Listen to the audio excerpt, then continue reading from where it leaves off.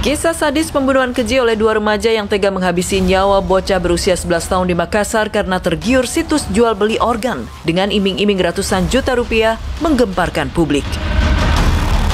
Dua pelaku, AD yang masih berusia 17 tahun dan MF berusia 14 tahun, gelap mata dan nekat menculik bocah berinisial MFS. Detik-detik hilangnya MFS dibawa pelaku menggunakan sepeda motor terekam kamera pengawas CCTV. Siapa sangka, perjalanan itu adalah akhir cerita bocah Malang yang masih duduk di bangku sekolah dasar tersebut. Nyawa korban dihabisi dengan keji. Ironisnya, pelaku justru kebingungan setelah korban tak bernyawa. Tak tahu cara mengeluarkan ginjal, mayat korban akhirnya dibuang di kolong jembatan Waduk Nipa-Nipa. Pada 10 Januari 2023 kemarin, polisi akhirnya menemukan jenazah MFS dalam kondisi mengenaskan terbungkus dalam kantong plastik dengan kedua kaki dan tangan terikat.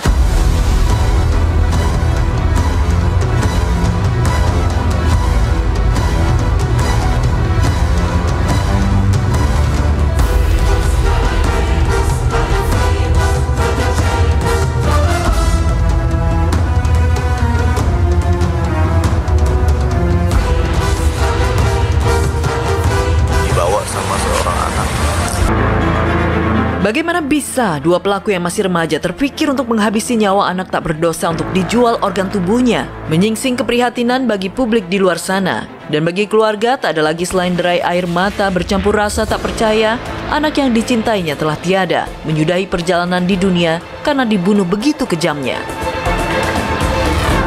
Di rumah duka di Kecamatan Panakukang, Makassar, keluarga menjerit histeris, menumpahkan kesedihan mereka. Di hadapan Kapolrestabes Makassar, keluarga meminta pelaku dihukum seberat-beratnya.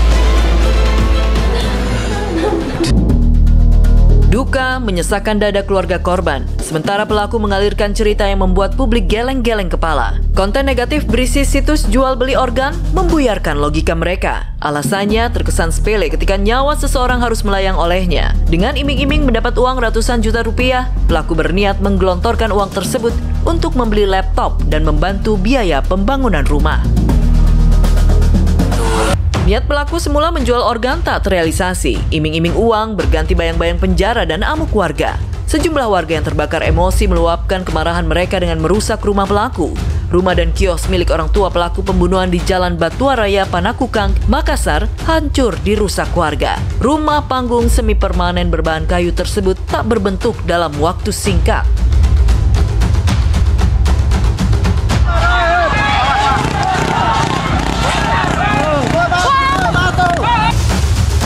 Imbalan yang nggak dapat, Jalan pintas demi meraup keuntungan berlipat ganda dengan menjual organ tubuh manusia membuat banyak orang terlena.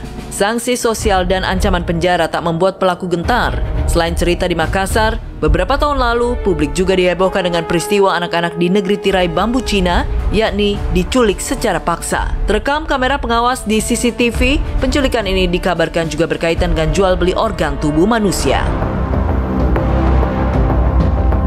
Manusiawi juga menggegerkan banyak orang, mengalir dari pemilik rumah duka yang dijatuhi hukuman penjara setelah membedah jenazah dan menjual bagian-bagian tubuhnya. Lebih dari 500 jenazah dibedah tanpa izin di rentang waktu 2010 hingga 2018. Kasus ini benar-benar menguras emosi.